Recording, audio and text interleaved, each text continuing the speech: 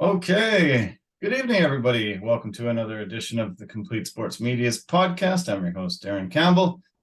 We are coming to you on a Super Monday, Boxing Day of Super Bowl, and we're both feeling, not 100%, but we're still going to do it. We're going to give you a great uh, breakdown of the Super Bowl, breakdown of UFC 284, and it's All-Star Week with the NBA. So lots to get to. Of course, Jason Cameron joining us. And yeah, how are you feeling today? I'm so glad that you got the day off as well. It's nice. Both of us had the day off. Yeah, it was probably the smartest thing I've ever done. So yeah, hey, had a great time yesterday for the Super Bowl. Was at a party, huge event. It was a lot of fun. I was hanging out with friends. It was fantastic, but I'm kind of feeling it today. Oh yeah, yeah. Yeah, I had a little more than I like to normally drink, but it was great. I went over to Lorraine's parents' place. They are amazing hosts as always. They got a great house for hosting, and we had a lot of awesome snacks, and everybody was into the game. We had a lot of prop bets, and we had those squares that you can put your name into and win money after every score of every quarter. I ended up winning quite a bit of money compared to what I put in. I won the big prop pool. I won the fourth quarter, the end of the game square. So yeah, I was the big winner, which was always nice. I had to spend some money to buy lots of snacks and drinks, but I think I more than covered it with what I won. So it was fun. Oh, that's awesome. That's awesome. I did partake in some of the raffles, but unfortunately, I didn't win Okay, anything. I see. Well, I'm officially retired from film. I had my last day on Friday and have hung it up. I don't have a proverbial glove to put in the middle of the octagon. I don't have skates to hang up on a peg or jersey to put to the rafters or something. But symbolically, I've retired. It might be a Tom Brady type retirement. It might be a Brett Favre or many boxing guys' retirements, but hopefully not. Hopefully, this was the last day of film that I ever had. Wow, would you look at that? I have a feeling though you're going to do a Tom Brady. You're going to come back. You're coming back. Well, I heard Tom Brady's coming back from his second retirement. That was the rumor that was starting to be floated out there today. Did you hear that? No, I did not hear that. I'm actually quite surprised. Yeah, Really? I'll have to send you the story, the main story that I was reading this afternoon. Yeah, supposedly this guy has seen lots of hints and lots of information that's he thinks Tom Brady is coming back already. So we'll have to keep our eyes and ears open for that. Wow. Wow. I guess he just can't stay away, can he? Loves the game too much. No, he sure does. Yeah. Yeah, yeah. I think soon as Patrick Mahomes won that second Super Bowl, he thought, "Oh, geez, I gotta suit up again. This guy has a chance to get me." He's only 27, sixth season. He's already got two MVPs. Uh-oh, I got to push this record a little bit farther so this guy doesn't catch me. He's just greedy. You know what I mean? Like that. You're just greedy now. What are you doing? What are you doing? You want win another Super Bowl? I also think he wants to go to Vegas to stop Aaron Rodgers being reunited for with Devontae Adams and mess up Aaron Rodgers, who they've had quite a bit of beef over the years. Yeah, I can see that. I can see him doing that. A little petty, but yeah, I can see Tom doing that just for that reason. Yeah, well, it'll be interesting. Yeah, I hope he comes back, but I was kind of choked that he retired again. I thought he still had lots to give. He led the league in passing attempts, passing yardage as always, and still's got it. As long as they have a good offensive line and some running, he should be able to do great again. No. He's got that golden arm. It's like that. His arm will never tire out. It's amazing, actually. Yeah. Yeah, it was pretty nice to win some money. That was great. But the Eagles lost the game against the Chiefs yesterday. The greatest Super Bowl ever, in my opinion. A lot of people will probably argue with me and give me this one or that one or this one or that one. This one, 38-35, the two best teams all season long.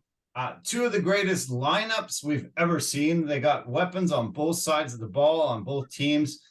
Two of the most dynamic quarterbacks, two black quarterbacks finally facing each other in a Super Bowl game. I mean, you couldn't ask for more. This game had everything. I was just kind of hoping it had overtime as well. And then I could say hands down, this was the greatest by far.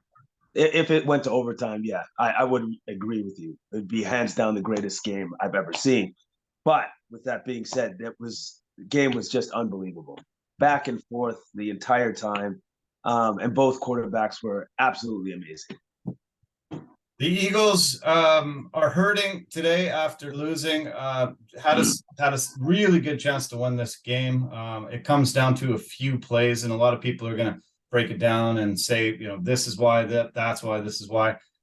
You can't blame Jalen Hurts. He had a bad fumble that led to a defensive touchdown, but the guy had 300 yards passing, 1 touchdown. He had 70 yards rushing, 3 rushing touchdowns. He scored the 2-point convert to tie the game. I mean, what more could he really do? He couldn't really do any more than that. Like he was absolutely. I thought he was amazing. He was absolutely amazing. And just the way that he ran that offense, the clock management that he had. Because Eagles controlled a lot of that game with their Yeah. offense. Yeah, well, they had the ball 35 minutes and 47 seconds. Chiefs only had it for 24-13. They had 25 first downs, 417 yards of offense, over 300 yards passing. Their rushing attack wasn't as prolific as it has been all year, kind of stymied in a lot of ways, other than Hurts. Hurts had 70 of the 115 yards. That was the only part of the offense that just didn't really seem to click. Yeah, Kansas City's defense was really, really good on shutting down their run offense for the Eagles. The KC's defense really stepped up in that respect. The one thing that I was a little bit annoyed with was the play calling on offense and first and second down for the Eagles. I thought they were way too conservative, really didn't go for it enough. They had a couple of plays that they made some hay on, but they had 20 third down chances. They went for it 18 times on third down and converted 11 times, and went for it on fourth down twice and converted them both. 18 third down chances, though, just far and away more than Kansas City had. I just felt like conservative, really weirdly conservative on that first and second down. Yeah, no, I agree with you on that. They were very conservative. I thought to myself they didn't take enough shots down the field, to be honest with you. Yeah. Yeah, that was strange. Yeah. Not only did they lose the Super Bowl yesterday, but they also lost a lawsuit today from with their former safety, Chris Maragos. He was awarded $43.5 million today against the team doctors and the Eagles franchise because of some malpractice and medical negligence, they're calling it, for a knee injury that he suffered. And they called him fit to play. He went out there, absolutely ruptured his knee and never played another down. Nick Foles and two other teammates went onto the witness stand in his defense, and he was awarded, like I said, $43.5 million today from the Eagles franchise. Wow, that's well, good for him, but that's something that should never have happened. That should never ever have happened. Yeah, brutal. Yeah, I feel sorry for the guy. He had to retire in 2019. He said reluctantly. He was terrific player, but cut short from serious knee injury and never played another down. And the Eagles also they're also hurting today from a massive riot that happened. Did you hear about this? They took over. They went Went to the Rocky statue, City Hall, had a massive riot. They were shooting fireworks at cops, flipping cars, causing absolute massive damage. I understand most of Philadelphia downtown core is absolutely destroyed. Wow, I did not hear about that. I, well, maybe it was a good thing that they didn't win the game because that's what they did when they lost the game. Wow, that's crazy. Yeah, yeah, they're hurting from the Phillies lost in the World Series recently, and then losing in the Super Bowl.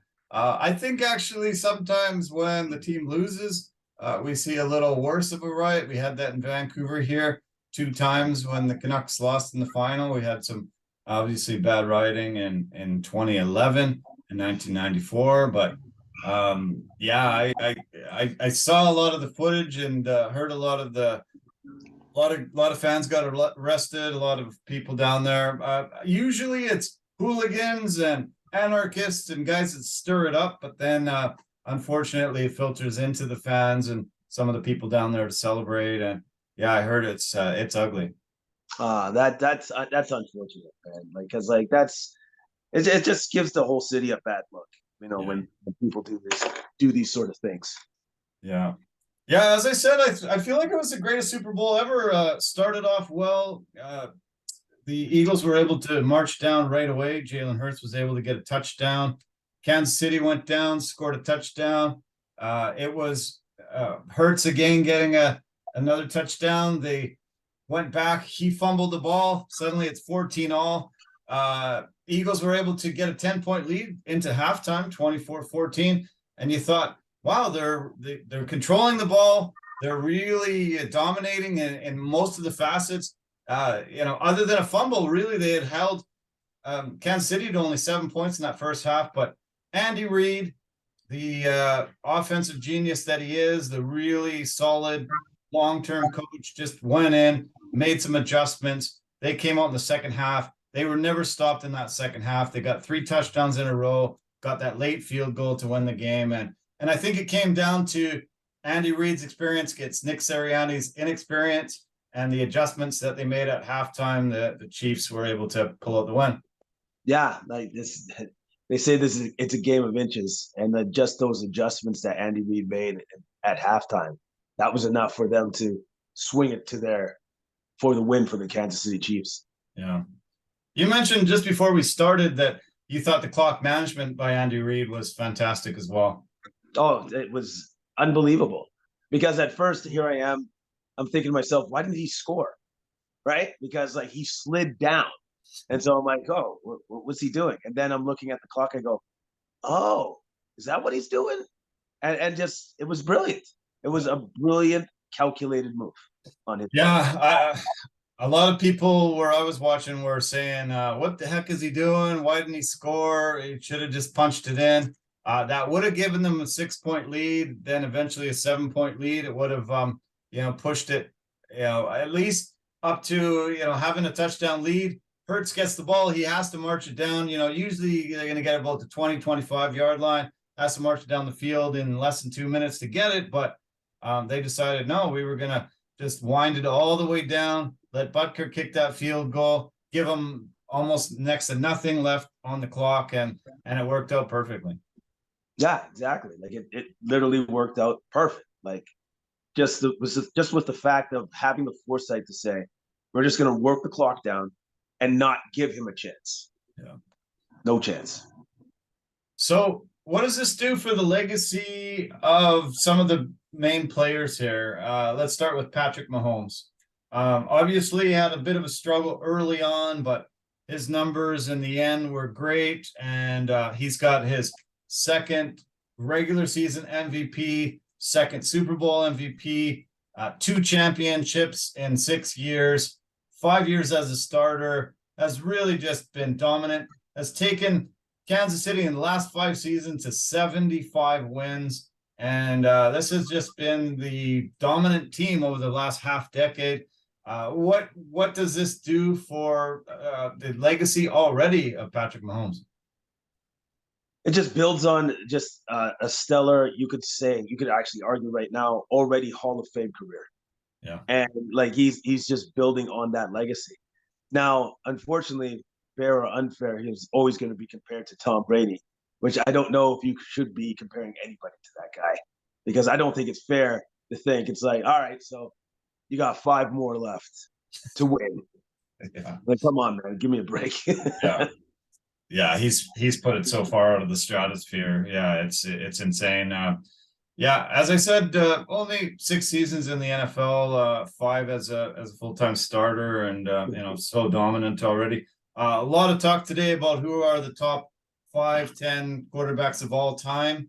I can pile the list. Can you think of 5 off the top of your head? Will he be in that top 5 as of yet?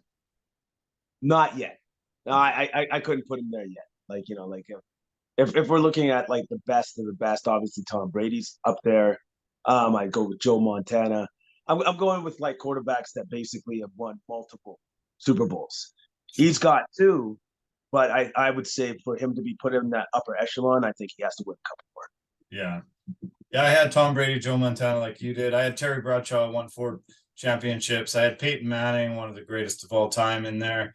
I thought Troy Aikman really deserved a lot to be in there. Steve Young, Dan Marino, even though he didn't win the championship, had huge numbers and just wasn't on a team that won it all. But Patrick Mahomes is definitely starting to inch his way up that list, and he's health permitting, he's got a massive long career ahead of him.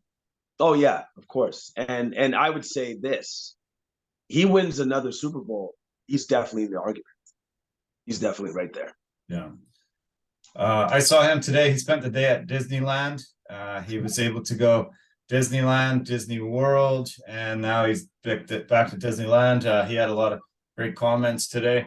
I loved that they had their own Philly special, and they did it 2 times, one on one side of the ball, one on the other. Supposedly, the second one that they scored was Sky Moore. Sky was actually supposed to be on the other side of the field, and he messed up. But he ended up so wide open that when Mahomes looked and didn't see him, looked over there and saw him, he was able to hit him for the touchdown. They call it the corn dog. They had the Philly special in Philadelphia, won their championship. This one called the corn dog. Not really sure why it came out. It's probably Andy Reid's favorite food or something like that. Oh, I think so. I think it's probably his favorite food. But yeah, that was a great play call. But it's kind of funny that he was actually in the wrong position to score that touchdown. Yeah, they're I think they're the first team in Super Bowl history to have 2 rookies score touchdowns in the Super Bowl. They had Pacheco getting 1 and Sky Moore getting the other. Also, little used Kadarius Toney was able to get that touchdown. Toney had a record for the longest punt return in Super Bowl history that set up their final drive there. Pretty impressive. After Tyreek Hill leaves, a lot of people started writing off the Chiefs, saying they just lost their biggest weapon. They're going to be able to eliminate Kelce. They got nobody else. But they were able to plug in a lot of holes this year and win it all. Yeah, but the most important guy is still there, which is Patrick Mahomes. As long as he's still there, I guess that's why they paid him all that money. As long as he's still there, that team's going to be great. Yeah. Could you believe how great he was, even though he was still quite hobbled? He looked really hurt. 133 left, got tackled, had to limp off the field. I bet you he was happy that they had that half an hour halftime show with Rihanna and everything, because it gave him a chance to retape it. Maybe, I don't know, maybe shoot it up. I don't know what they did, but he came out. He didn't look hampered really badly in that second half. He was 13 of 14 at 150 yards, touchdowns. The guy was on fire in that second half and didn't look like that high ankle sprain was hampering him very much at all. Yeah, and that in itself is amazing because it looked like that was definitely going to hamper him going into the second half. Like I saw that play and I'm like, oh, that's not good. And then all of a sudden, just not affected anymore. Yeah, he's amazing. I don't know how they did that. I don't know what treatment they gave him, but it worked. He is amazing. What an absolutely remarkable career. What a great season. First time a player has won the regular season MVP and Super Bowl MVP this century. Last time it was done was Kurt Warner in 1999. There was kind of a curse on it for the last 20 something years, and finally Mahomes proved that he is definitely the best player in the game. And he's now the 5th highest paid quarterback in the NFL. After we saw him sign that 10-year, $450 million deal, you thought, wow, that's going to set the bar for a long, long time. Imagine about 3, 4, 5, 6 years down the chain, he's going to be about the 15th, 20th highest paid quarterback. And that's going to help the Chiefs assemble a great team around him. This could be a dynasty. I don't think I can call it a dynasty quite yet, but I don't think this team's done with winning titles. No, absolutely not. I don't think they're done winning titles. As long as they can keep their core together, yeah, this team's going to be great for a long time. Okay, what about on the flip side? The Eagles paid Jalen Hurts just over $1.5 million this year. He's due for a massive raise. They are going to have to get rid of a fair amount of guys to give him a $40-50 million deal. Are the Eagles going to be able to keep this team and be competitive at the top of the league for a few years to come? It's going to be tough. It's going to be tough because Jalen Hurts got to get paid. And so that means they're going to have to get rid of some players because those players aren't going to get paid. So I'm kind of curious on what side of the ball they're going to suffer. Is it going to be on the defense or the offensive side of the ball? Because they're going to lose quality players. This year, Kansas City had 24 new players of their 53-man roster and 10 rookies. Only 2 teams had more rookies than the Chiefs, and that was the Bears and Houston.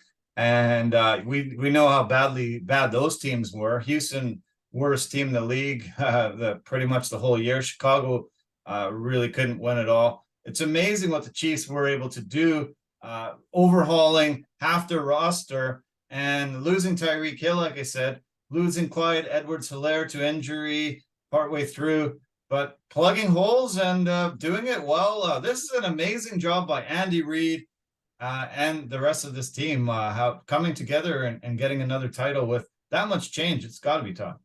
Oh, yeah, it's super challenging, but like Andy Reid and his coaching staff just did an incredible job of just getting by at times, but also too knowing that they can get by because they have like the best player in the NFL on their side. Yeah. Okay, Andy Reid, legacy. He spent 14 years as the coach of the Eagles, comes to KC. He's been here for about a dozen now. He's really starting to establish himself as one of the greatest of all time. I think he's in the top 10. I compiled a bit of a list myself. Obviously, Tom Brady and Bill Belichick, GOATs on the coaches and quarterback side. I thought, Vince Lombardi needed to be in there, Don Shula, Chuck Noll with his 4 titles with Pittsburgh, Bill Walsh. But Andy Reid's starting to creep up into that conversation, just like Patrick Mahomes is. Oh, yeah, absolutely. Absolutely. Like just with the wizardry that he does, like even in the Super Bowl, like the clock management again at the end of the game, like that was awesome. It was unbelievable work on his part. So, yeah, he's getting into that conversation. He was criticized about that heavily with the Eagles. He had mismanaged a few crucial games, and glad to see him finally get that monkey off his back. And a lot of people have forgotten about that, and now he's considered a genius. And that clock management, it was risky, but it was smart. In the end, it worked out really well for him. And the big guy is there. He said he's coming back next year for sure. I think he needs to get a little bit better shape, or we might not be seeing this guy for many more years. He's a big boy, and he needs to be a little bit less than that. Yeah, no, he's a big man, and yeah, he needs to get that weight under control for sure. Yeah. Okay, what about Travis Kelce? Started to also inch up into that upper echelon of top tight ends. These three together, an incredible trio. What about Travis Kelce and the legacy that he's starting to build? Yeah, it helps that he has Patrick Mahomes passing the ball, but he has been fantastic. He's been great for so many years. As long as he keeps keeping it up, we may be talking about him as the best tight end, period, that has ever played. Yeah. Him and Mahomes have 14 touchdowns in playoff history. They're just one behind Tom Brady and Rob Gronkowski, and two ahead of Joe Montana and Jerry Rice.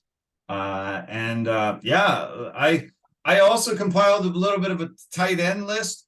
I think Gronkowski to me is the greatest of all time with the 4 Super Bowls. He had nearly 10,000 yards. He was probably the best tight end blocker for running attack that we've ever seen. And he's just been able to have so much success with Tom Brady. And Brady said he needed him in Tampa, and sure enough, he did. He won a title with him there. So I think Rob Gronkowski is still the greatest. There's a few more on the list, but what about your list? Antonio Gates, Tony Gonzalez would definitely be up there for me for sure. And then Rob Gronkowski's right there as well with like 4 Super Bowls. So that would be mine. Yeah, I had Gronk, Gonzalez, Antonio Gates, Shannon Sharp, Kellen Winslow Sr., and then I had some guys from yesteryear like Ditka, Ozzie Newsome. Jason Witten's up there. He had a fantastic career. But I think Travis Kelce might be inching into that top 5, and he's I think mid-30s now. Still has a few years to go. Yeah, no, he's still got some time left. He wins a couple more Super Bowls. Yeah, he's gonna be right there. Okay, all week for 2 weeks for the year we've been hearing about the Eagles defense and all the sacks and all the pressure and all the things that they were going to do to stop Mahomes. 0 sacks in this game. 0. They let them run roughshod over them on the running game in that second half. They let Kansas City put 38 points up on the board. What happened? Why? What happened? Did they choke, or was it the scheme that the Chiefs put on them, or was it just superior players they haven't seen all year? What happened? I thought it was the scheme. I honestly thought that Andy Reid had just a great play calling to neutralize their best assets for the Eagles defense. So I thought it was the scheming for sure for the Kansas City Chiefs. Yeah, I was shocked. I really, I thought the Eagles had that side of the ball covered. I thought they were going to be able to outscore the Chiefs because they were going to get a lot of pressure on Mahomes. That one takedown hurt them. If they take him down 2 or 3 times, 3, 4, 5 times, sack him. I think Mahomes is out of the game. We see Chad Henne in there, and then all bets are off. Eagles got a championship. I'm really shocked that they were not able to get 1 sack, only 10 pressures out of all the dropbacks that he had. And they just were not the same as they've been all year. No, they definitely were not the same. But again, I would point to the scheme. I think the Kansas City Chiefs had a great game plan to take that away from them. Okay. What were your thoughts on the James Bradbury called for holding? Less than 2 minutes left. There was the pass to Juju Smith-Schuster. Up far away from Juju. They called him for holding. He had one hand on him. They turned around. He had a second hand on him briefly. I thought it was a really, really weak ticky-tack call that they had been letting go all game long. Worst time for a penalty. It gave Kansas City that first down, able to just run out the clock from that point on. I thought it was a weak call, and I was so pissed off. Yeah, Eagles fans should be pissed at that one. It was a weak call because like that. You see the replay and you're just like, come on, are you kidding me? Are you kidding me? Yeah, I thought it was weak. It looked uncatchable as well. I thought that was part of the rule where, hey, if he's thrown it almost pretty much out of bounds, Juju wasn't going to get there no matter what. Even if he didn't touch him, he wasn't getting to that ball. No, no, that was a completely uncatchable ball too. Yes, for Yeah, sure. it was brutal. Unfortunately, he said it was holding in the locker room after. Pretty surprising. Bradbury admitted, yeah, it was a hold. I was hoping I'd get away with it. I think he might change his tune after he sees the replay and hears the commentary from many others. But the ref said mostly let everything go. There was really not a lot of calls where you were questioning it. The only other thing that was sort of questioned was some of those catches that were out of bounds. The player was sort of juggling it, was trying to see if he got 2 feet in, but the refs didn't really play much into the game except that, and it just was such an egregiously wrong call that it's just really unfortunate because I thought Kansas City's going to kick a field goal, going to get a touch, going to kick a field goal here probably, and Jalen Hurts is going to get a chance to go down, kick a field goal, get it into overtime, and then once that call was made, it was pretty much game over. Yeah. Once that call was made, it was pretty much game over, and it was weird. The call was odd just because of the way they were calling the game in the first place, and then for that call that it almost like didn't make any sense. Like it was just kind of yeah, it was an odd call. Heard a lot of complaints on the field conditions, and that's something that shouldn't happen. They said it was super slippery. It was like walking on ice. They said that painted area in the middle of the field was just so brutal. You couldn't get your footing. We saw a lot of players slip in. We saw a kickoff. The kicker slipped really badly. This should not happen. They should test it out. They should make sure. This is the biggest game in sports, and this shouldn't be a thing that players have to worry about. No, that absolutely, man. This is a Super Bowl. It's like, what do you mean it's slippery? You know what I mean? Like they should have made sure that the field conditions were prime. They were at its best. That's what they should have made sure of, and it was not. And that's a failing on their part. The viewer numbers came out today, and there were 113 million viewers watched the game. At its peak was up to about 118, 19 million. Pretty amazing. Third highest watched Super Bowl of all time, and it had been trending down over the last half a dozen years. The most watched Super Bowl of all time was the Seahawks Patriots 2015, 2016. And it has been trending down because a lot of people are cutting their cable off. They have switched to streaming options. But yeah, obviously a lot of people were very interested in the two top teams going against each other and having this opportunity. Well, yeah, and then also too, they weren't disappointed. It was a fantastic game. Yeah. So well played. So everybody that tuned in, I think they got their money's worth. I wasn't pissed off about too many things. I was obviously mad about that Bradbury call. The other thing that I'm really mad about, and I'm not sure if it was the same where you were watching, but we did not get the American commercials. And I think that's just bullshit. I hate it.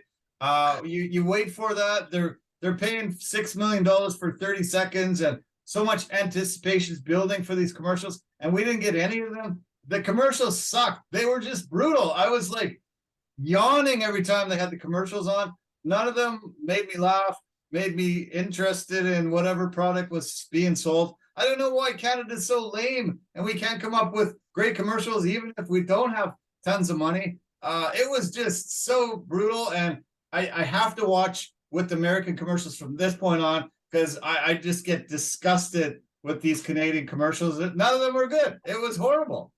You know what? Sometimes I think, well, why can't we just have the American commercials?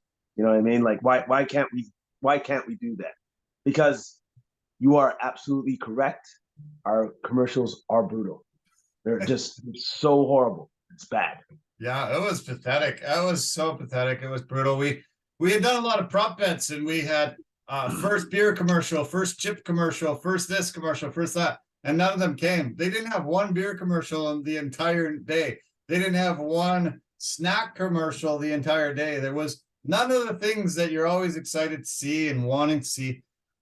This was watched by 45% of Canada. So the viewership's there. There's a lot of people that really want to tune in and watch. And I don't know, they got to do something about it, getting the commercials over here and, making it more fun. Because, a lot of some of the people that I was with wanted to see those commercials, and I do. And I'm sure out of the 250 million people that watch this game all over the world, really he would have way preferred to see the commercials from the US, not compared to the ones from their own country. Yeah, definitely. You want to see, because it's an event. The Super Bowl is an event, and then part of the event is the commercials as well.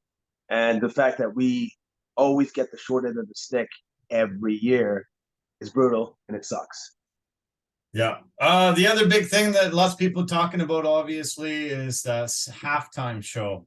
I thought last year's halftime show was one of the greatest ever, and I just thought it might be hard to live up to that for a while. But I was really disappointed with this year's halftime show.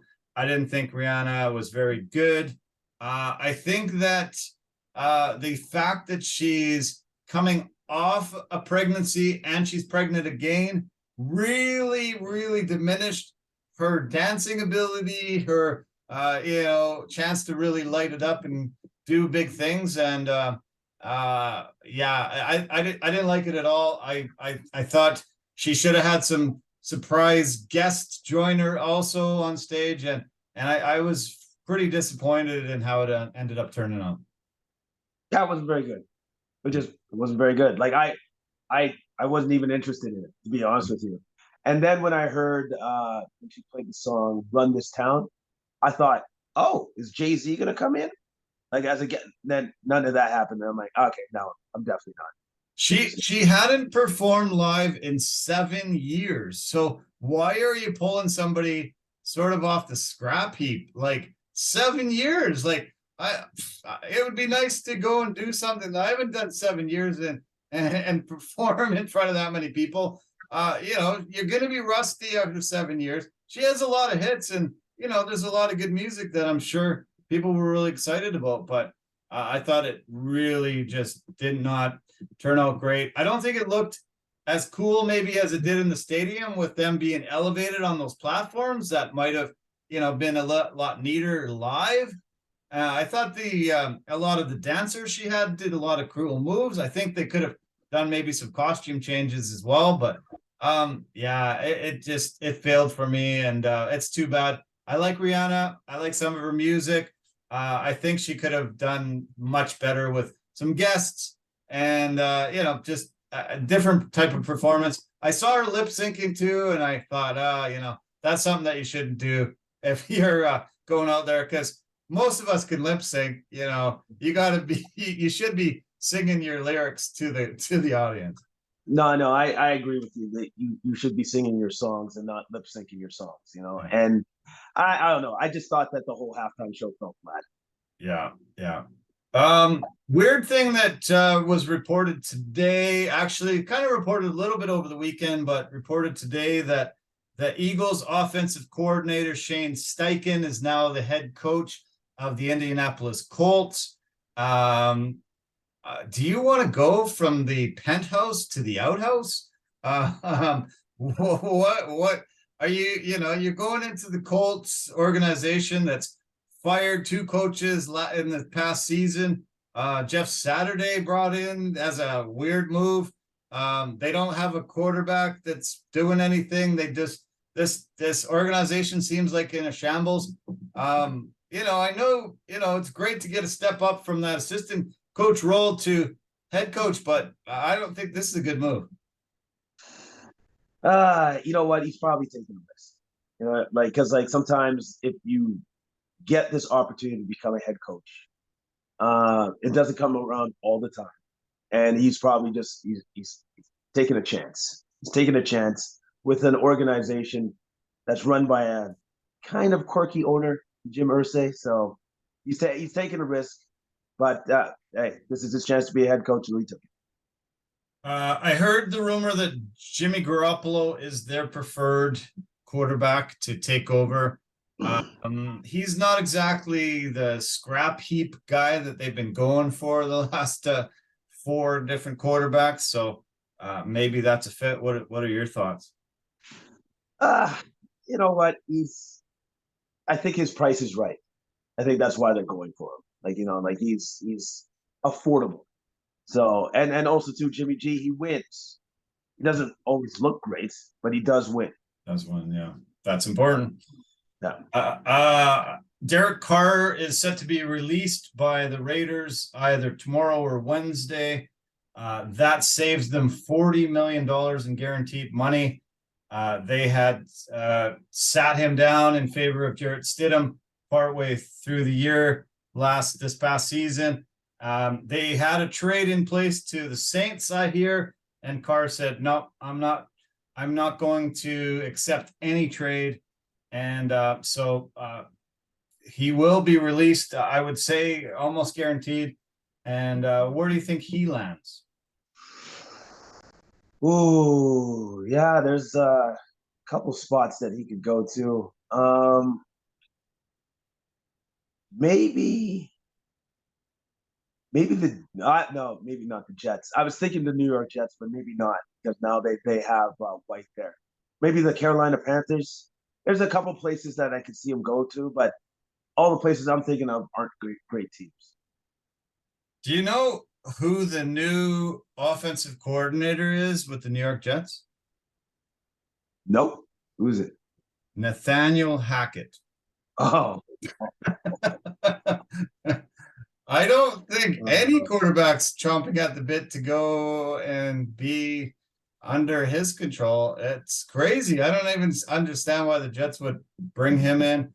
I hear they're really, really trying hard to get Aaron Rodgers. They want to bring him into a major market, tell him New York is the place for a guy like you. But I don't know, like Nathaniel Hackett, he was so bad with Denver. It's crazy. Like, I'm shocked that he even got a chance this early on. That's it. That almost doesn't even make any sense. That's a brutal move on their part because it's like you just saw his body of work. It was awful. So why would you give him the reins to run an offense? Oh man, yeah, that's okay, cool. Yeah. I guess Aaron Rodgers was mulling retirement. He went to this darkness retreat. Did you hear about that? Yeah, it sounded really weird. So Yeah. he stayed in a room that was completely dark, and then they gave him food, right? Yeah. Yeah. Yeah. Odd. I've heard that a lot of general managers and organizations are a little annoyed and thinking he's a little too odd for their liking.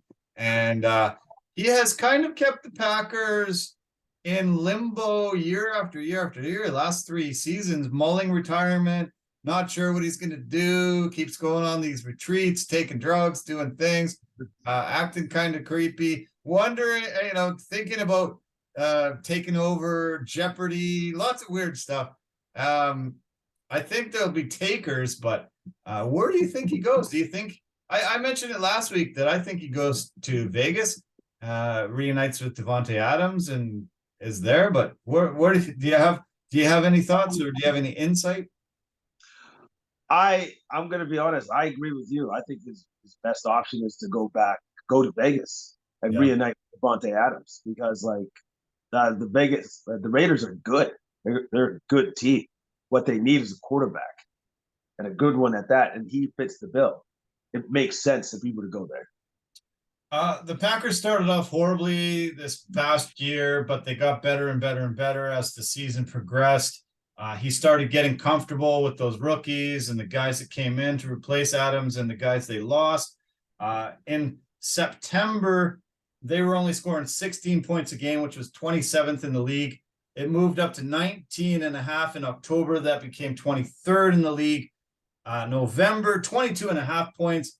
They rose up to 15th in the league in points per game. And then December and January, they were up to 27 points a game, which was tied for 7th in the league. I felt like he's finally got chemistry, finally got comfortable with what they were running. And and the guys that he was throwing to, maybe it's smart for him to just go back there, maybe build out on that chemistry that he was able to get.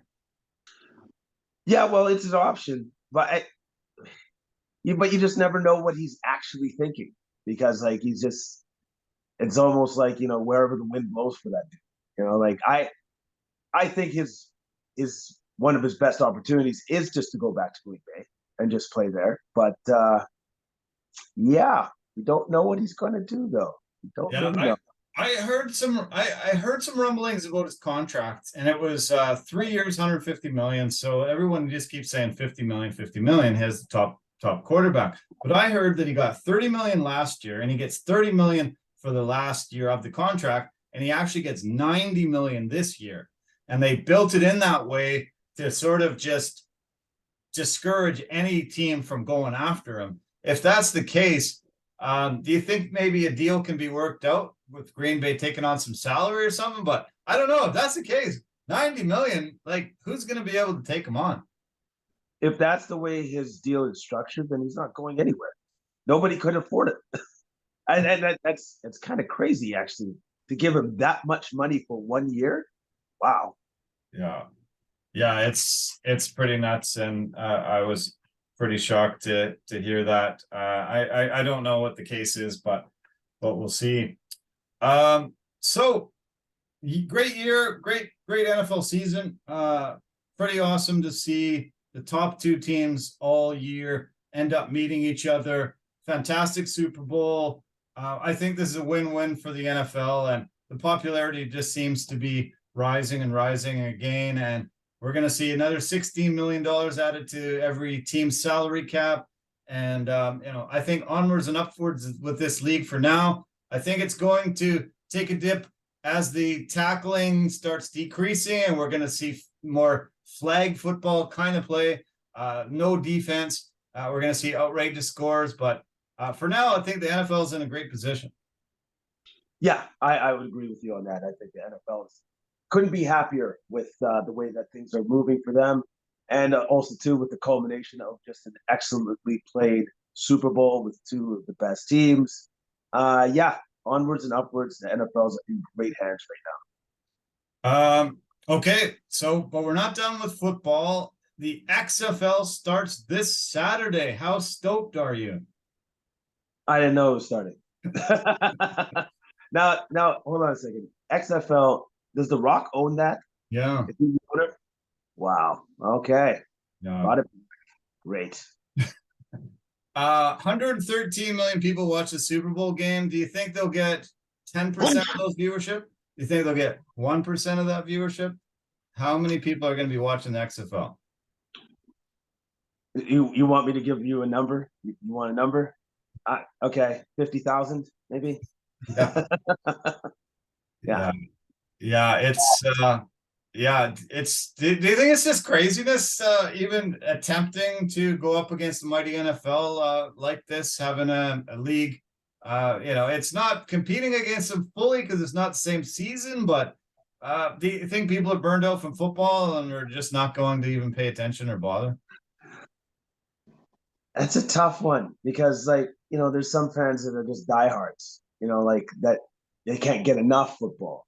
So I personally, I would rather see the best of the best, and I wouldn't pay attention to the other stuff. So good luck, I guess. Good luck.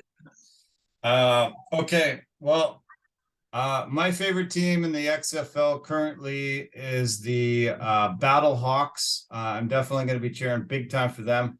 And the Sea Dragons. I'm going to go and watch a few games of the Sea Dragons for sure. You have a team that you're going to put your support behind? Sure. How many teams are even in the XFL right now? It looks like 8.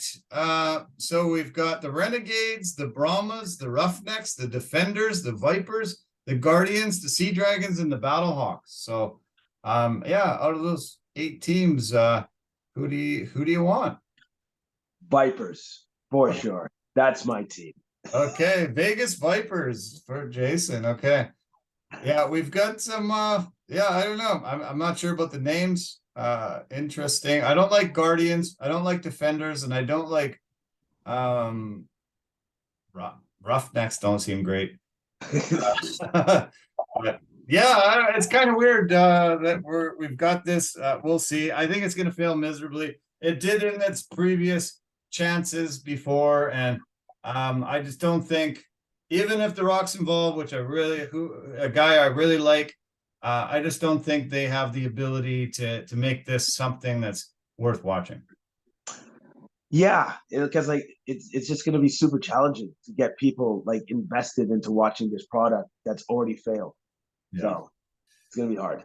Okay, football north of the border, lots of signings today. Some big ones. The BC Lions signed their wide receiver Dominic Rhymes, who threatened to leave and retire and get out of here, but they came up with some money and were able to sign him. He had the second most yards in the CFL, 85 catches, 1,400 yards, and 11 touchdowns. Really good for the Lions. Two signings today really lit my eyes up. We've got Vinny Testaverde Jr. signing in the CFL.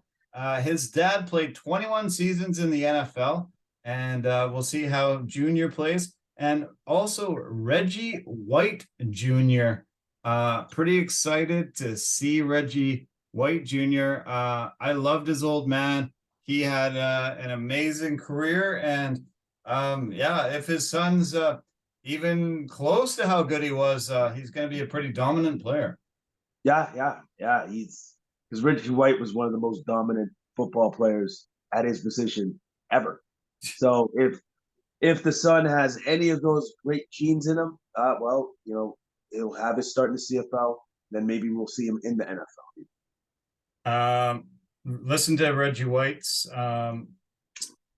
resume, basically. Two-time Defensive Player of the Year, 13-time Pro Bowl, two-time NFL sack leader. He's on the 80s All-Decade team, the 90s All-Decade team, 71st and 100th anniversary all-time team. He's in the Eagles Hall of Fame, the Green Bay Packers Hall of Fame. Both teams retired his number 92, and on and on and on and on. One of the greatest ever. And yeah, kind of cool that we get these juniors north of the border here. And I'm actually really looking forward to seeing them both play. Yeah. I'm curious to see just how good the juniors are when they start to play. Yeah. On the weekend, I watched the Hall of Fame Knocks. Do you ever remember seeing that show where they go and knock on the door, surprise the new Hall of Fame class with a guy in a yellow jacket, usually a guy they played with, or a Hall of Famer from the organization? The family knows about it, but the guy doesn't know about it. Pretty awesome, pretty cool. Did you watch that, or have you seen that in the previous years? No, I've never watched it. I've never seen this. Oh man, it was very, very touching, very amazing. Great to see. I think they're going to show it a little bit on NFL Network in the coming days, and if you do see it come up, I'll try to let you know if I see it. But if you do see it come up, watch it. Really amazing. These guys, they became the 371st players to make it to the Hall of Fame in the history of the NFL. 100 years that's been around, and only 371 guys are getting that honor. It's really cool, and you could see how touched they all were. Oh yeah, well that sounds fantastic, and also too, it hits the heartstrings. Probably pretty emotional. Oh yeah, big time, yeah. Okay, well, that's a wrap on the NFL. Only 200 and I think it's 206 days till next season starts. So the countdown is on. I loved the NFL this year. It was fun breaking it down with you. Really good to be so tuned in to the league this year. And it was another amazing, amazing season. It was a great season. Great season, and it ended with a fantastic Super Bowl. Yeah, I think the best ever. Yeah. Okay, let's turn to UFC 284 from Perth, Australia. We were able to see something that we've never seen in UFC history in this main event. The number one pound for pound against the number two pound for pound fighters in the UFC. We had Alex Volkanovski going up in weight, challenging the champion Islam Makachev. And we had a great battle. The Australian fans were phenomenal, fully into it. Almost were able to get Alex Volkanovski a huge victory and become the fourth champ of all time. And this was a great fight. I loved it. I did think that Makachev did enough in the way the current scoring is. I did think he won 3 rounds, Volkanovski 2. But after you saw it, who did you think won? I thought Makachev won, but was so close. It was so close. It was such a hotly contested match, and they're so good, both of them. Yeah. And they were pretty much equal. I thought a lot of give and take. I think Makachev was surprised by how good Volkanovski's grappling was. He couldn't keep him down. No. And it only happened there was only I think there was the 1 round where he managed to get that body lock on him. Yeah. But other than that, he really couldn't keep him down. And I think Makachev was surprised by that. Do you think Volkanovski should have went for some takedowns? Do you think he could have maybe secured another round if he had went from a takedown and was able to secure 1 or 2? Yeah, but he did try. He did try, but Makachev's takedown defense was stellar. Like, he almost had that inside trip, I think, in the 4th round. So he almost had him a couple times. He almost took him down, but Makachev is really good, and it was really, really difficult for him to take him down. Do you remember what I've been saying about Russian fighters for the past year and a half? What I've been sort of calling most of them? Not nice names. Not nice names at all. No. Yeah. Well, I think they're outright cheaters. I think that whole entire system has been cheating for decades upon decades and has just permeated every sport. I think we can't consider these guys clean. And there's reports today that there will be an investigation launched into Islam Makachev, and he will face a 2-year suspension if the reports are coming out that are true. They are trying to get proof behind his cheating, and they are trying to say that he should be stripped of the belt. He should be suspended for 2 years, and Volkanovski will not have this loss on his record. Supposedly, he hired a nurse in Australia that gave him an IV to rehydrate, and that's against USADA's rules, and that's a 2-year suspension if you're caught doing that. There is a way to test your blood to see that that is possible, but if they are able to get the nurse and put her, into a room and interrogate her, I think she'll have to tell the truth and come clean. And I think I think this is going to happen. I think Makachev is going to lose his belt, and he will be suspended for 2 years. Wow, that's huge. I did not hear about any of this. That is, wow. First off, you have to think to yourself, why would you put yourself at risk? You know what the rules are. Just to gain an advantage? It's not an advantage if you lose the belt and you can't fight for 2 years. Not at all. Yeah. I don't know if they paid her extra to keep her mouth shut. But how this started coming out was Dan Hooker had heard from someone that a nurse was hired by Makachev's team, and she administered the IV. When he went to the weigh-in and he stepped on the scale and he was 155, he looked terrible. He actually looked like he was going to pass out. He actually looked like he wasn't going to be able to fight. I was pretty shocked at how gaunt he looked, and he just didn't look healthy at all. And supposedly, boom, they went somewhere. She put the IV in him. When he stepped in the cage, supposedly he was 180 pounds about, and he had just been able to rehydrate himself. And that's unfair. That's an unfair advantage. I think that should be a suspension. I think that's something that they've had in place for a few years, and I think it's just. And if he's caught, I think it's right that he should be stripped. And this law should be stricken from his Jovanovski's record. And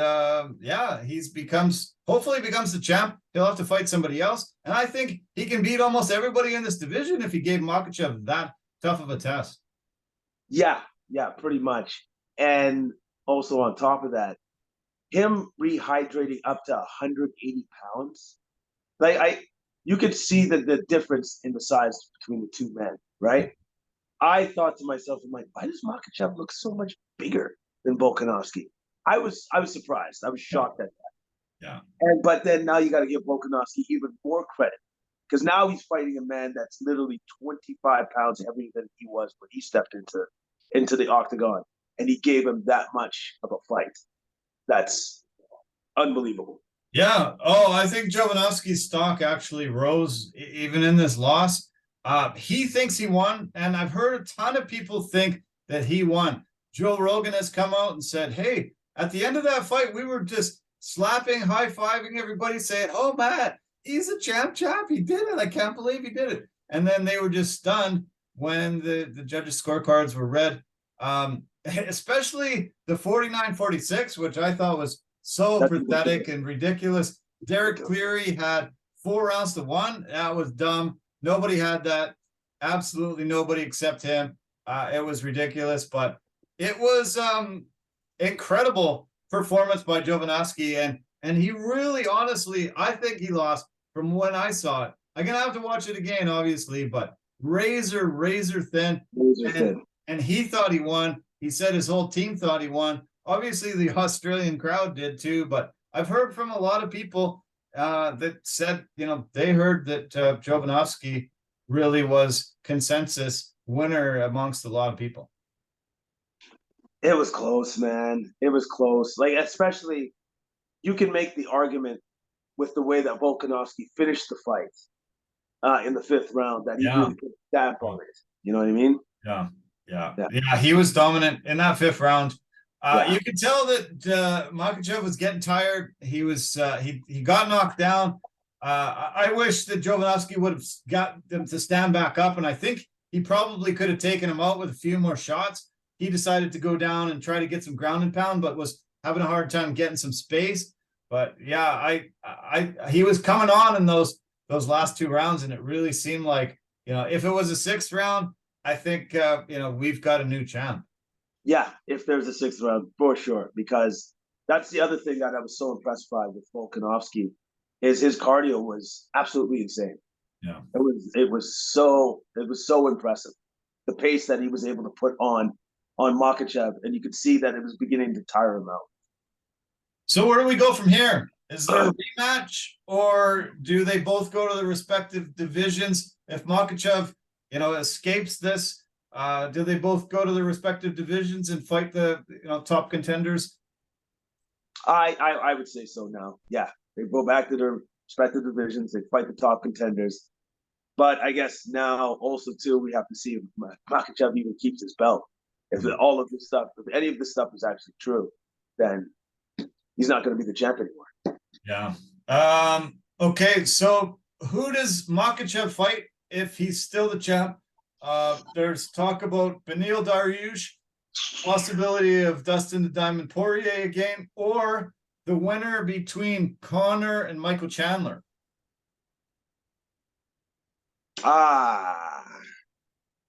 You know what? The Chandler McGregor one, that could be a possibility, even though I don't think those guys actually deserve the shot. I think actually the guys that should get the shot is Beneil Dariush. I think he's the guy that should be next up to fight Makachev. Yeah, I agree. I think he's not the sexy name. He's not the big draw, but I think he deserves it. Poirier's already had the chance and wasn't able to do it. Connor and Chandler are, both on losing streaks and should have to fight probably twice before they get that opportunity. But I think Dariush should be the guy. Okay, turning to the featherweight division, Jovanovski wants to have that rematch. He said, Makachev asked for the rematch. I've asked for the rematch. UFC wants it. That's what he wants next. But if they say nope, you're gonna have to fight the featherweight. He knows who he's gonna have to fight now, and that co-main event was a hell of a fight. It was amazing performance, and I can't believe how good Yair Rodriguez is now. Was in that performance, and really, I think could give Jovanovski a big run for his money after that performance. Oh yeah, he looked incredible. Like it just seemed like he was just several steps ahead of Emmett the entire fight. Hurt him multiple occasions. Kicks to the body, the short elbow to the head. Like he looked absolutely fantastic. And then even when he got to the ground and he tied him up on that triangle choke to finish him, yeah, he looked amazing. And he was hitting him from the ground with those vicious elbows. Brutal elbows, yeah. Brutal. It was impressive, yeah. Yeah, after throwing the knee and Emmett catching it and pushing it to the ground, getting on top, I thought, okay, well, Emmett's got his opportunity now to dominate. He's a bit bigger than Rodriguez, definitely more compact and the ability to keep him pressed down. But that first he won for the armbar, and as soon as Emmett was able to defend that triangle choke came in so quick. And wow, was that ever slick and incredible. And Emmett just tapped so fast to it. I was blown away by it. Yeah, it was a very slick transition into the triangle choke. And he locked that in. It must have been super tight because Emmett was just like, done. Yeah. Immediately. Yeah. Will you be excited for a fight between Jovanovski and Yair Rodriguez? Oh, yeah, of course. I think that's going to be a fantastic fight. Because, just look at how good Yair looked in this fight. He looked exceptional. So, yes, I am definitely looking forward to this fight. Jovanovski has said that he wants to stay super busy. And one of the reasons why he wanted to go up and challenge himself in the lightweight division was because he didn't think he could stay busy enough being in one weight class. And so he does want to fight back in both weight classes. I'm excited about that. I think we're going to see something fairly soon, maybe 3-4 months away. There is another fight. I think it's scheduled for Australia with Adesanya. So, they won't have him probably on that card right away. But I could see May, maybe June, something like that for this fight. Yeah. I could see that. I could see a quick turnaround, especially because of the fact that Volkanovski did not get hurt in this fight, not extremely hurt or anything else like that. So I could see them doing it in May and June. Yeah. Nice. Yeah, I'm excited for it. And I think it's great. Jovanovski, we'll see what shakes down with Makachev. Would you be excited for a rematch between Islam and Jovanovski? Yeah, because that fight was amazing. It was amazing. It was absolutely amazing. Obviously they would both make adjustments.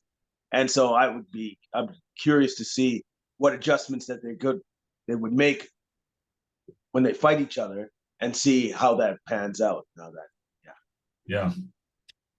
The crowd was pretty impressive in Australia. They hadn't been in Perth in 5 years.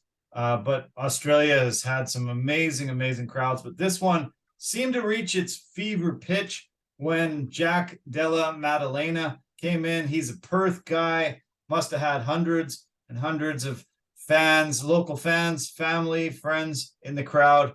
And when he was able to get the submission victory over Randy Brown, the place just went bananas.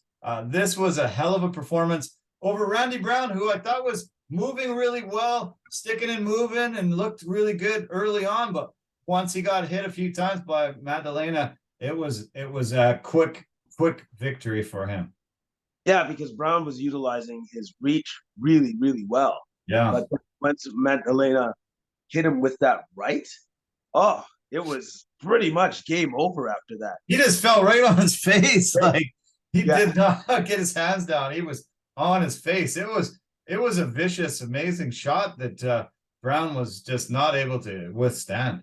No, he wasn't able to withstand it at all. And on top of that, that dude has crazy, insane power. I I know he has insane power, but when you see it, it's kind of shocking because Randy Brown fell on his face. Fell on his face, right? Yeah. I think Jack has the flattest nose that I've ever seen on a human being. It just doesn't even look like there's cartilage there. It just sort of looks like it was pressed onto his face with some clay. And he looks like he's been in a lot of wars. That was an amazing performance. He grew up as a boxer. I think they said he started out maybe at 4 or 5 years old as a boxer, spent many, many years as a boxer, and finally get himself into MMA. And has a lot of power and looked impressive. And he was able to sink that rear naked choke in so quick. Once he went to the canvas and the fight wasn't waved off right away, he just jumped in behind him, sunk in the choke, and he got the tap real quick. Yeah, he got the tap. Like the tap was almost immediate. So the squeeze that he had must have been pretty exceptional for sure. Yeah, great win though by Jack. Great win. Oh, it was impressive. I loved Rude Boy and how he came out, and he was using that 5-inch reach advantage, and he, much taller, way lankier, and his movement looked amazing. But once Jack landed that massive right, and he just collapsed. Boom! It was quick and over. That's 4 first round finishes in a row for him. He called out Vicente Luque. I think that's a little bit higher than the UFC is probably going to put him against an opponent, but lots of guys kind of in that 15 to 20 range that I think he sort of lines up against. I have some names here as possible opponents like Neil Magny, Michelle Pereira, Muslim Salikov, maybe the winner between Holland and Ponzinibbio or Nicholas Dalby. I don't know. Who do you think he sort of probably gets paired up against? I like the winner between Holland and Ponzinibbio. Like I think that would be actually a very entertaining fight. Also, too, I thought his call out was awesome though, because that would be a great fight between those two. If he could get that, if they gifted him Luque, that'd be a great fight. Not sure would be, yeah. There's talk about Randy Brown maybe facing Jake Matthews next.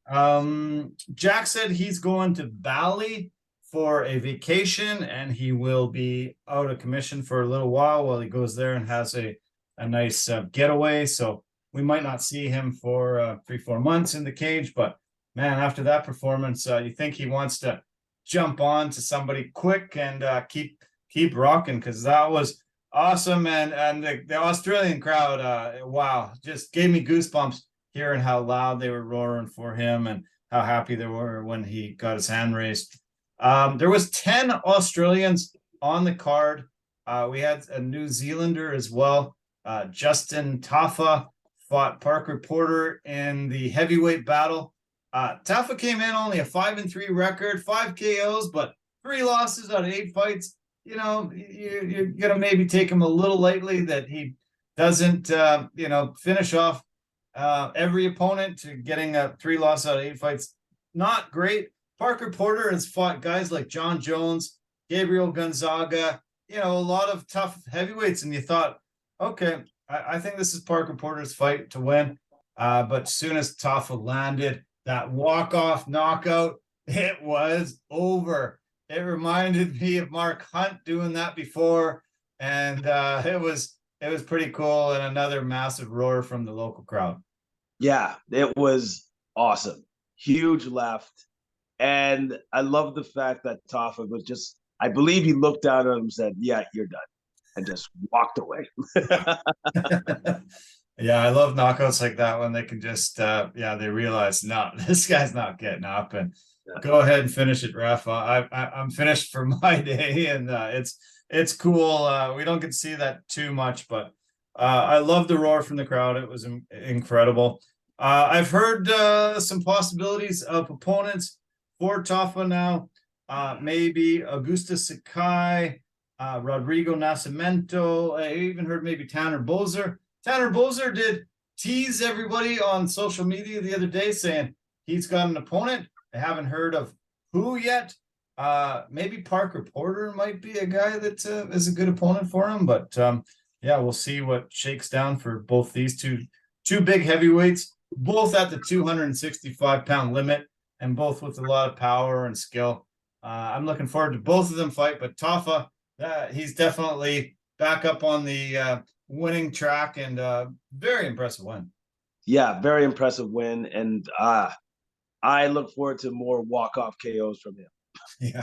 Yeah, it's always fun. And we saw Shuey being done right after celebrating. So the Australian crowd was great. I just can't say enough about it. It was super fun to see it back down under. And they were fighting at I think it started around 6:37 in the morning. They were fighting all morning. Can you believe the crowd that would go there that early in the morning for a fight card? That's impressive. That is super impressive because you couldn't even tell that it was 6:37 in the morning. The fans were super into the fights. Yeah, they were. It was cool. Okay, the fight that kicked off the main card was a light heavyweight battle between two really talented fighters in Jimmy Crute and Alonzo Menafield. And this fight was great. Really hell of a battle between two very talented guys. I actually thought Crute won this fight, and when it went to the judges' scorecards, because of a point taken away from Menafield for grabbing the cage on a takedown attempt by Crute, became a draw.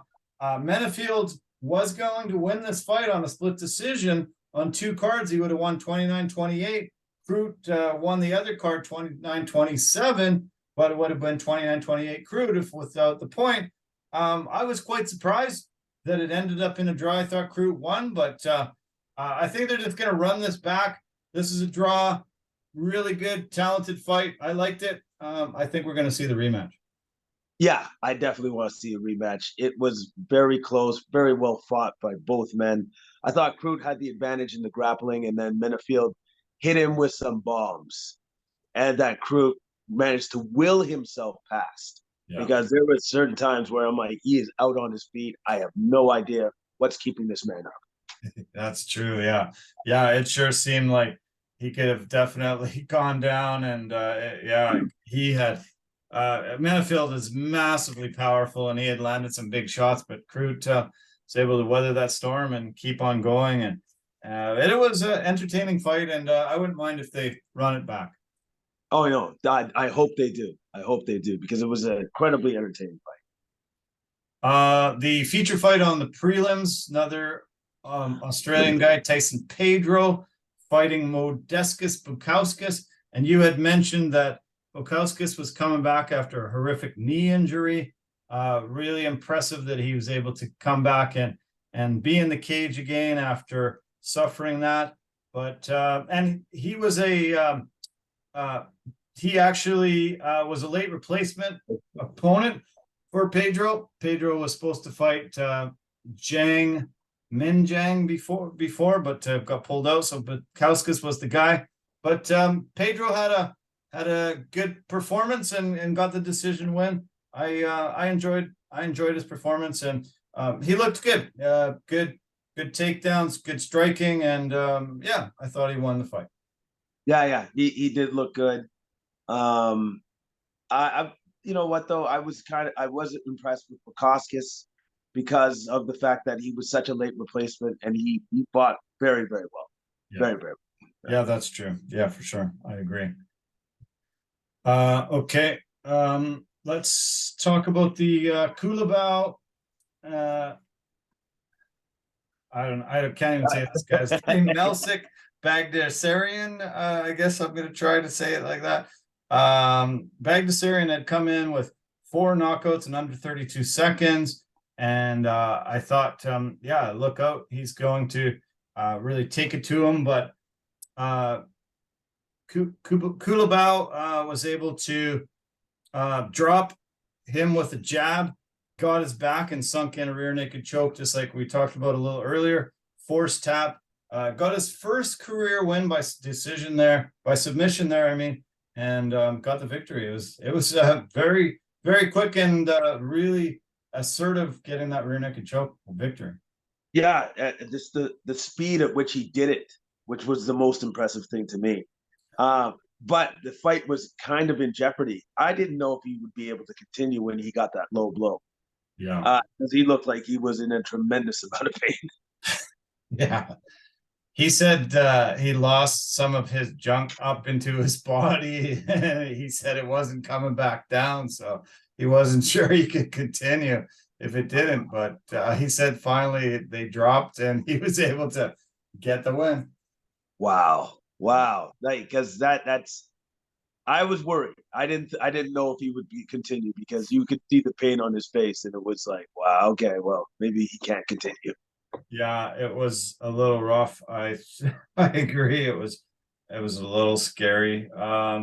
Let's see. Was that one of the 50Ks? I'm trying to see the 50Ks. Oh, we got Magdalena, Islam, and Volk, and oh no, Yair. So the 50Ks go to Islam and Volkanovski for fight of the night, Yair Rodriguez for his triangle choke win, and Jack Della Maddalena for his rear naked choke victory. I thought Kulabau got a 50K bonus, but I was wrong. So, okay, how about this Clayton Rodriguez? He gets the knockout victory, really quick on Shannon Ross. Just brutal shots. Just came in, absolutely just started assaulting him. It took him out quick. It was what, less than a minute? Yeah, it was just wham bam out. It was incredibly impressive. Taking a guy going on his UFC debut, the Turkish Delight. He's from the Gold Coast in Australia, but was not able to get the victory in his home country. No, he was taken out quick. He got machine gunned down. That Rodriguez has incredibly fast hands, and once he got him up against the cage, he took him out quickly. You don't see that much power from a flyweight and that much just absolute brutality. But yeah, he just decided he wanted an early night and made sure of it. It was quick. No, yeah, no, he made sure of that. It was like, you know what? I got to get some dinner. So let's just make this quick. Yeah. Okay. You want to make any comments about Jamie Malarkey, Francisco Prado, sorry. Well, yeah, I know Malarkey was actually able to put it all together. I thought he maintained good distance when he was striking, and he switched it up well with the grappling. Prado, I think, was a little bit overmatched in this one. Yeah, this was his first loss of his career. I think, yeah, he got got in, bit off a little more than he could chew. Malarkey was using his reach really to his advantage. His jabs were great, kept him on the outside. Amazing calf kicks. I thought, it just seemed to be rinse and repeat all 3 rounds, and awesome performance from Malarkey to get the win. Did you see much of the early prelims that was not televised? Were you able to catch any of the action? Unfortunately, no. I didn't see any in the early prelims. Yeah, there was a few good performances, but we can definitely move on to next week's card. We've got a new main event. Erin Blanchfield is fighting now Jessica Andrade. She was supposed to fight Talia Santos, and Santos had to be replaced. I think this is not good news for the Blanchfield camp. We've got Andrade coming in, one of the toughest, roughest. most brutal women MMA fighters, and I think Blanchfield is in a lot of trouble. I think she's in for a world of pain on this particular fight. I think Andrade is going to dust her. I don't think it's going to be even close. Yeah, unfortunately, yeah, not a great replacement. I think they could have UFC could have taken a little easier on her. And Andrade has fought in a few of the weight classes. We'll see what her weight fluctuation will be like. This might be hard for her to make this weight, but yeah, keep your eye out. This is a little bit of a lighter card for sure. I love the William Knight Marcin Prashnio fight. I was really disappointed when Corey Sandhagen and Marlon Chito Vera had to be canceled. That would have been, I think, the main event, and that was really too bad that they lost that and weren't able to replace it with something comparable. Yeah, that sucked because I was looking forward to seeing this fight, and hopefully they'll put that fight on at a later date. But that would have been one heck of a main event. Yeah. On the prelim card, good to see Jim Miller, one of the pioneers and one of the top guys in the sport, has been there forever and ever. Always great to see him. He's always competing for records because he's spent so much time in the cage. I do look forward to the light heavyweight battle between Ovid St. Preux and Philip Lins, two guys that Tanner Boser has fought. And yeah, we will see. There's some UFC debuts to be had, and there was a few cancellations that really unfortunate. That's making this card not as exciting as it was. But we've seen a lot of cards that were, not really destined to be great on paper, but turned out to have a lot of good performances on. So that will come at us next week. It's a bit of an early card. Prelims start at 1 Pacific. Main event starts at 4. So 4 Pacific, 7 o'clock Eastern time. Anything more you want to mention about it? You know what? Just again to touch on Jim Miller. I'm always amazed that this guy is still fighting, because he's been doing it for so long, so long. So I'm looking forward to seeing Jimmy again. Yeah, me too. Yeah. In the world of combat, Jose Aldo won his boxing debut on Friday. Unanimous decision victory over Emmanuel Zambrano, and now he's gearing up to fight on the the card that we were talking about last week. And yeah, I think I'm super looking forward to seeing Jose Aldo box. I only got to see some brief highlights. I'm hoping to get to see the whole fight this week. And yeah, I think it's cool that he's in the boxing world, and I think he's going to do great. I think he's going to do fantastic. Yeah, I'm excited, and I'm looking forward to it. Me too. Yeah, totally. Yeah. Okay, let's finish off with some NBA talk.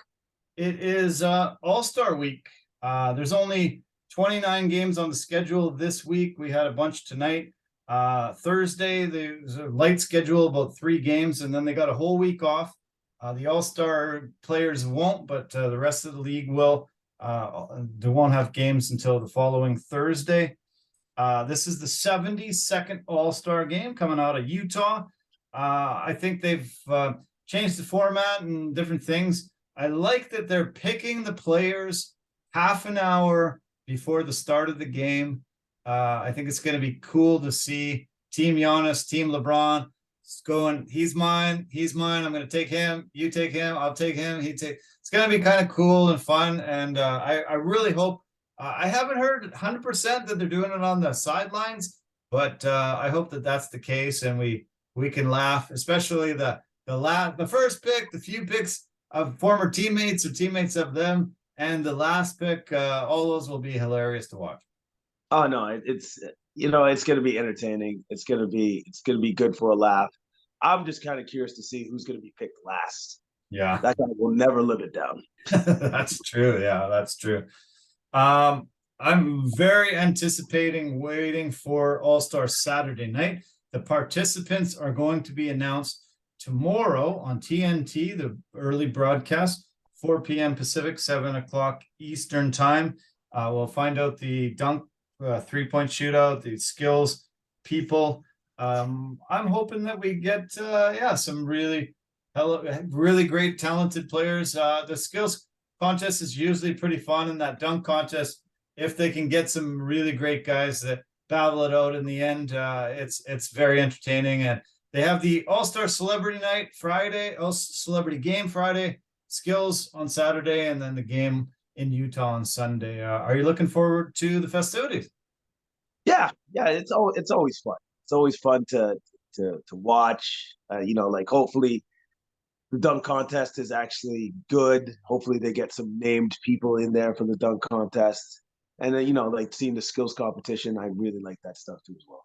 Yeah, me too. Yeah. Steph Curry is hurt, so he will not be able to be defending his three-point shootout win, but I'm sure Clay will be there and some of the most prolific three-point shooters in the league, which is always super, super fun.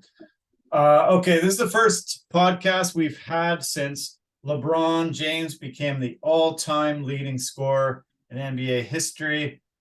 Super fun to watch that last week, and he just decided that's it. 36 points away, I'm getting it.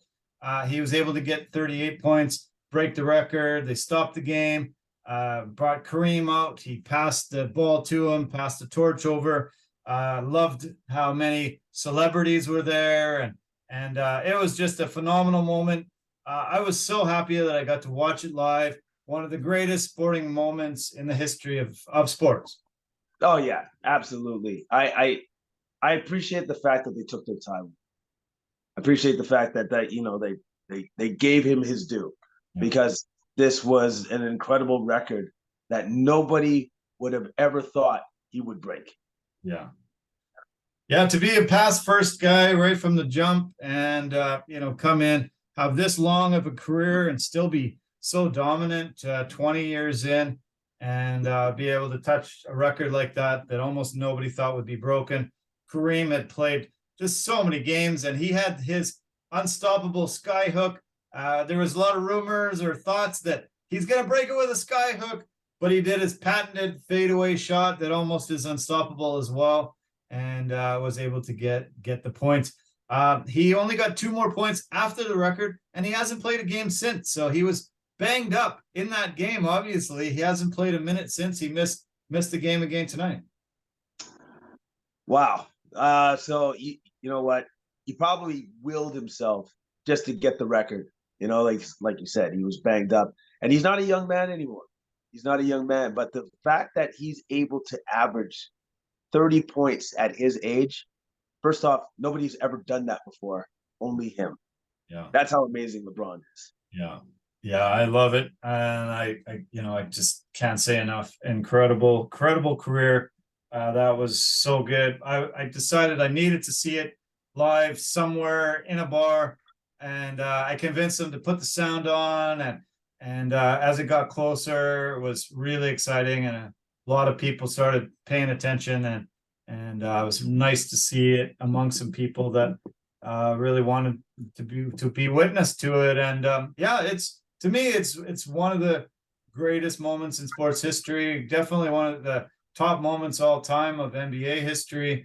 We saw Steph Curry break the 3-point record and see the 2 guys that he had passed to get up there. It's really nice that the NBA still has some of those legends that can pass the torch to the new guy. LeBron will be that guy maybe one day, if some superstar can have as lengthy of a career as LeBron. And I think at some point we're going to see scores like 171 to 172, and so guys will be getting 35, 40 points a game, and eventually it probably will be broken, but he's still got maybe 3, 4, 5 years, and he could probably push it, maybe another 10,000 points up there. It's going to be tough. It's going to be tough. You know what? Whatever point total he ends up at, which is going to be well over 40,000 points, that will stand the testament of time. Nobody's going to be breaking that for a long time. That will stand for decades. Just like Kareem's, that will stand for decades. Yeah, it was 39 years that Kareem's record stood for. So yeah, I think me and you will be far from around by the time that record's broken. Yeah, we'll be long gone. But this was also NBA trade deadline week behind us, and there was some moves. We got to talk last week about the Kyrie Irving deal and how dumb Dallas was making that deal. If they would have just paid Jalen Brunson that money last offseason, they wouldn't have had to make such a dumb move and get Kyrie, the cancer, in there. But now we get to talk about some other moves. And the biggest move really shook the foundation of the league was Kyrie's old running mate, Kevin Durant, getting traded to Phoenix. Phoenix had to give up a lot, but now they've got the big four there, and they become one of the front runners in the West. And if they can get cohesive and healthy, they have a real legitimate shot at making the NBA final with that team. Yeah, they're immediate contenders with Kevin Durant, like immediate. And it was shocking because here the Nets had Harden, Kyrie Irving, and Kevin Durant 3 years ago. 3 years later, all of those guys are gone. Gone. Yeah. Yeah, it's crazy.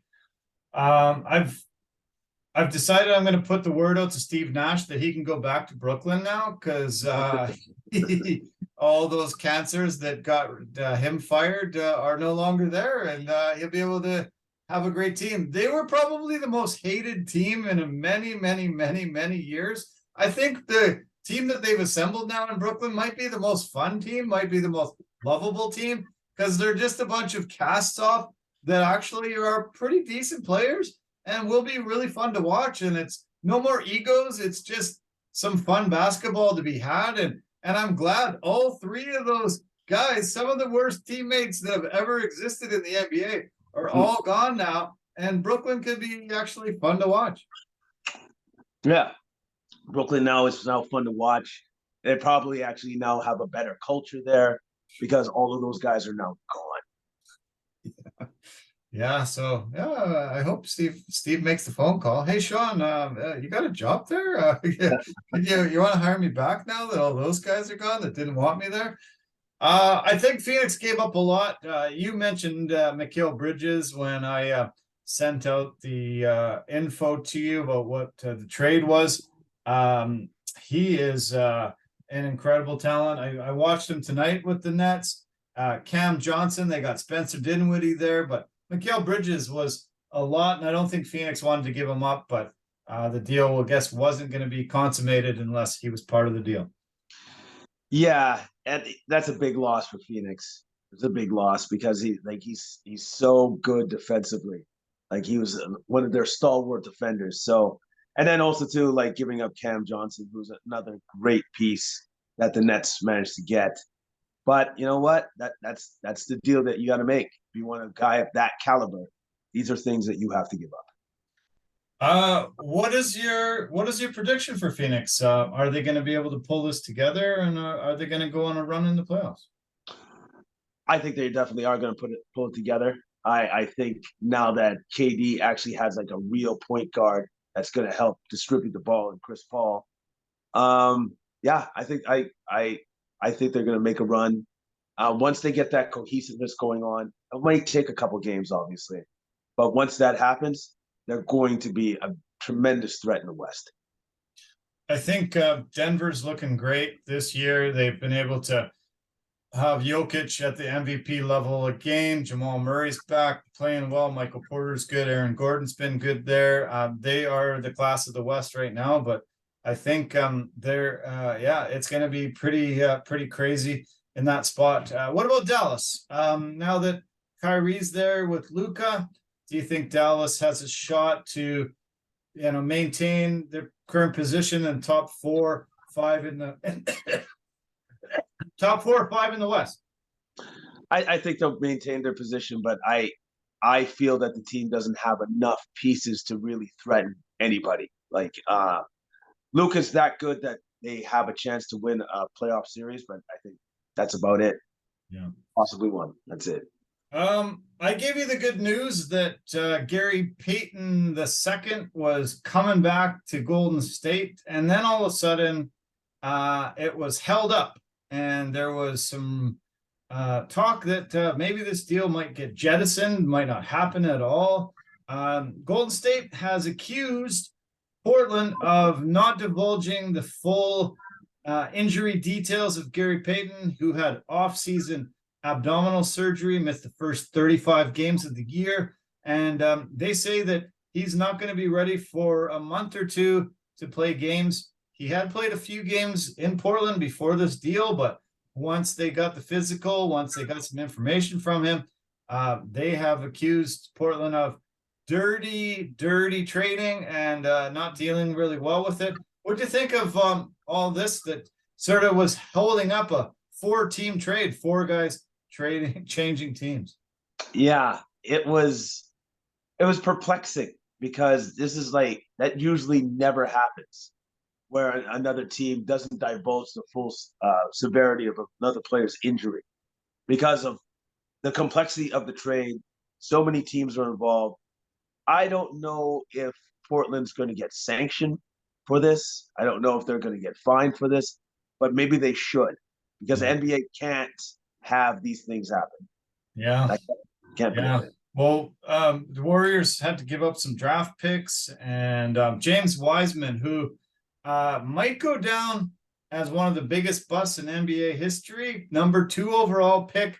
Once the Warriors were down without Clay and Steph there, they were one of the worst teams in the NBA, had 2nd overall pick and somebody they wanted to put in the middle and be that center presence that they haven't had for so long. And he just didn't work out well there. Steve Kerr was not comfortable putting him on the floor, and they finally just shipped him off. Pretty bizarre that number 2 overall is given up on this early and just couldn't make it work in Golden State. Yeah, it's a shame. It's a shame because, you'd think that he should have been able to play, at least like get onto the court, but he was not. He didn't fit their system. Yeah. Maybe he'll fit better in Detroit. Yeah, maybe. Yeah. We'll see how that all shakes out. It was an interesting trade for teams, and we'll see how the shifting around goes.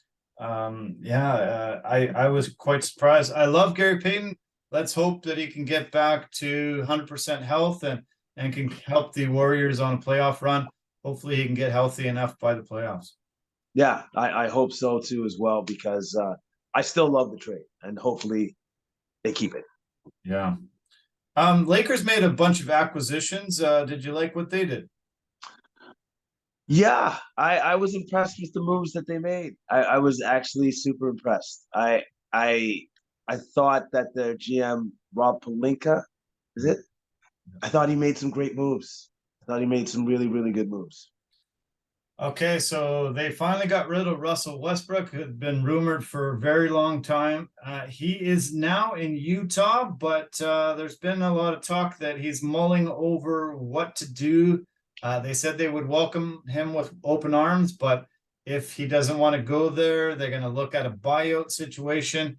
And if he can sign with a team before March 1st, he can be included on their playoff roster. If there is a buyout situation, what do you think happens with Russell Westbrook? Where does he end up before March 1st?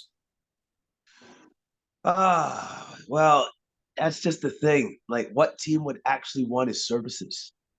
Like that to me is the biggest question. I'm sure he could help somebody, but also too, at the same time, I don't know if there's much of a market for Russell Westbrook at this point in time. So maybe his best play is actually just to play in Utah. Yeah, maybe. I have heard rumors that the Bulls are interested, the Clippers are interested, and possibly the Heat. Kyle Lowry has had a really, really down year, and they were looking to trade him, weren't able to find any trade partners. and might be looking at the services of Russell Westbrook to bring in. And it won't cost them very much because they're going to get this big buyout supposedly from Utah. So, well, yeah, well, you know what? If they can get him at a premium at a good price, and it's not going to cost the team anything, yeah, then add him to the roster. I've seen quite the list of buyout possibilities. There's about 15, 20 guys that are in the market for that for the respective teams. And yeah, we could see that heat up pretty heavily in the next couple of weeks. And there'll be some interesting additions for some of these playoff teams. Players of the week. I always like mentioning that. Eastern Conference Player of the Week, first time in his career, the Boston Celtics, Derek White. He had averaged about 24.5 points, 7.5 assists, and 5 rebounds, shot 52% from the floor and from three, and helped the Celtics to a 4-0 record in the week. His best performance was a 33-point performance over Charlotte. He is in that starting lineup, replacing Marcus Smart, who's still hurt, and Boston is leading the league in wins, and they're looking really good. And good to see Derek White in there contributing after getting himself out of San Antonio. Yeah, well, you know what? Derek White was always a great player, always a good player. And just the fact that he was shooting the ball so ridiculously well. Yeah, it's just going to keep helping Boston and their stock winning games for them. Yeah, you're right. Yeah, I like that addition, and it's been awesome for them. The Western Conference Player of the Week is Canadian Shai Gilgeous-Alexander. He has led OKC to a 2-1 record over the week, just over 31 points a game, 6.3 assists, shooting 57% from the floor, and he had a big game, 44 points against Portland this week. Man, this guy is great. I would be really shocked if OKC moved on from this guy, even though they have cleaned house and they are rebuilding big time. This guy is a guy you really want to build a team around, isn't he? Oh yeah, obviously, he is so good. OKC has to make a choice at some point in time. Why would you give away a guy that good? You should never do that. If you have to build around a superstar, that's your superstar. That's the guy you build around. He's the guy. Yeah, they should keep him. I heard so many rumors that they were shopping him and trying to move on from him. I was really shocked to hear that, and it wouldn't make sense to get rid of him. He's been awesome. The other things that are jumping out to me: Milwaukee's won 10 in a row, really chasing down Boston for that top team in the league. They got a nice victory last night over the Clippers. Cavs are on a 6-game winning streak and looking great as well. That team is great. Denver's looking phenomenal. Nikola Jokic got his 20th triple-double of the season last night, 30 points, 16 rebounds, and 10 assists as the Nuggets beat the Hornets. No Jamal Murray there, so he had to throw the team on his back. And man, he could be a 3-time winner of MVP. He's not slowing down at all. He's amazing. He's absolutely amazing. He's a center that has Magic Johnson type skills, passing the ball. Yeah. And that is just something that nobody's ever seen this before, right? Nobody's ever seen that before, and he just keeps it moving. I love it. Yeah. Kyrie Irving finally made his Mavs home debut tonight after 3 games on the road. In 40 minutes, he had 36 points, 6 assists, and 5 rebounds. Luka had 33 points, 12 rebounds, and 6 assists in 36 minutes. And Dallas was beat by Minnesota Timberwolves 124-121. They're just sort of you're right. They don't have enough pieces. These two guys are phenomenal and great, talented players, but not enough surrounding them to really make the upper echelon of the West scared of this roster. Yeah, absolutely. That's the way I look at it. It's like you got two incredibly talented players, but they don't have enough pieces around them to put them over the top. I was watching that Knicks Nets game earlier tonight, and Jalen Brunson was looking absolutely phenomenal. I can't believe that Dallas didn't figure out how to keep him and wouldn't have had to go there with Kyrie Irving. Yeah, they couldn't figure it out. And he's having one heck of a season right now with the Knicks. I was just blown away. Tonight he put up 40 points and he just looked super, super dominant, facing the Nets, who, have that team that's just sort of been cobbled together from all these trades, but it was great. The other trade that was impressive was the other guy that they got was Josh Hart. And man, he put up 27 tonight in 28 minutes. And that was a big, big get for them. Yeah. Great get, great player. 27 points in 28 minutes. Yeah. Like a point a minute. That's not bad. Yeah. It's not bad. No, I've loved a lot of the moves. That one was huge for New York, and they were able to get another important piece. And I think they're able to be one of the dominant teams now. They got Julius Randle, they got Jalen Brunson, RJ Barrett is very talented player. Josh Hart, they got a lot of talent on that Knicks team, and they're starting to really put it together.